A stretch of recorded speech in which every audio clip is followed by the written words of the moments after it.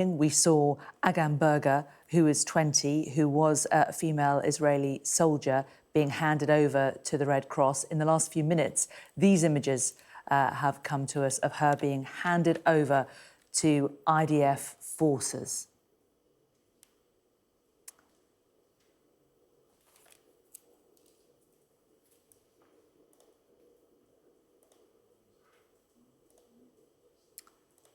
Emotional scenes for her. She met Israeli Defense Forces personnel. She was, of course, a soldier herself. One wonders if she finally realises at this point that she is actually safe.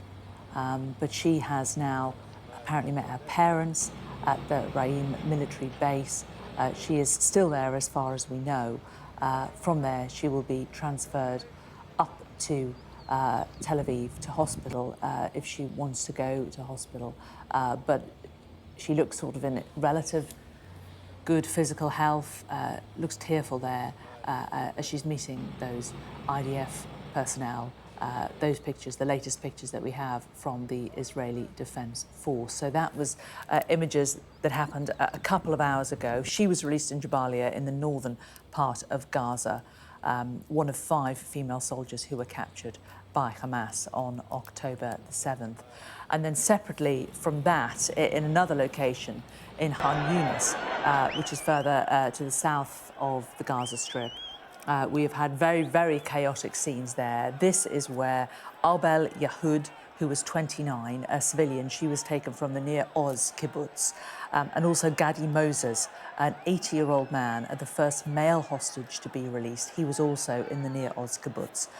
We believe that they have been handed over in the last few moments. The Red Cross have confirmed we've heard via Channel 12 in Israel that they have been handed to the Red Cross by Hamas militants. They, though, were not being held by Hamas. They were being held by Palestinian Islamic Jihad, a different militant group inside the Gaza Strip. So a combination of both Hamas and Islamic Jihad involved in the transfer of those hostages to the Red Cross. Slightly more chaotic scenes at that location. And then we saw a short while ago more confusion on the streets down there.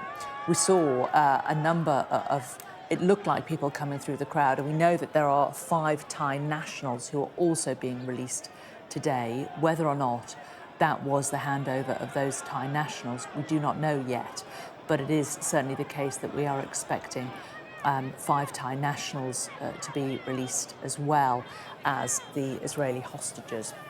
Now, what happens after they have been handed over to the Red Cross? There is some documentation that the Red Cross are having to sign, and then they are taken out of the Gaza Strip. A bit of the geography of the Gaza Strip. It is a relatively small area of land, 25 miles long. It's only 4 or 5 miles wide, even narrower at places. So actually, to get from any part of the Gaza Strip to the Israeli border doesn't take that long.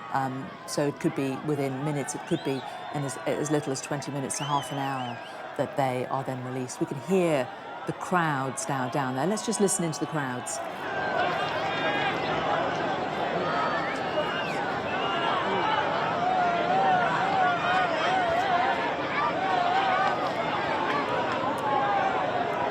So it does appear that some kind of handover is happening there, and given that we understand that Arbel Yehoud and Gadi Mozes have already been handed over, it is supposition to say that this is possibly the 5 Thai nationals who we know very little about.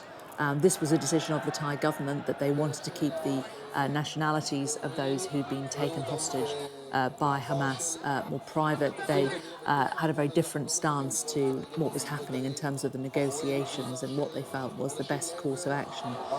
But it is worth marking, of course, that it wasn't just Israelis who were taken hostage that day. Many Thai nationals work in the kibbutz, which border many of the areas around Gaza, and it was in a number of these kibbutz that the Hamas attack took place, as well as at the music festival, at the Nova Music Festival as well. So anybody who was in those kibbutzes was taken by the Hamas and Islamic Jihad forces on that day, and so that did include a number of Thai nationals. We think there are 8 Thai nationals being held, 5 of them being released today. And these are the images of that vehicle that appears to have taken some hostages joining that Red Cross convoy. Lots of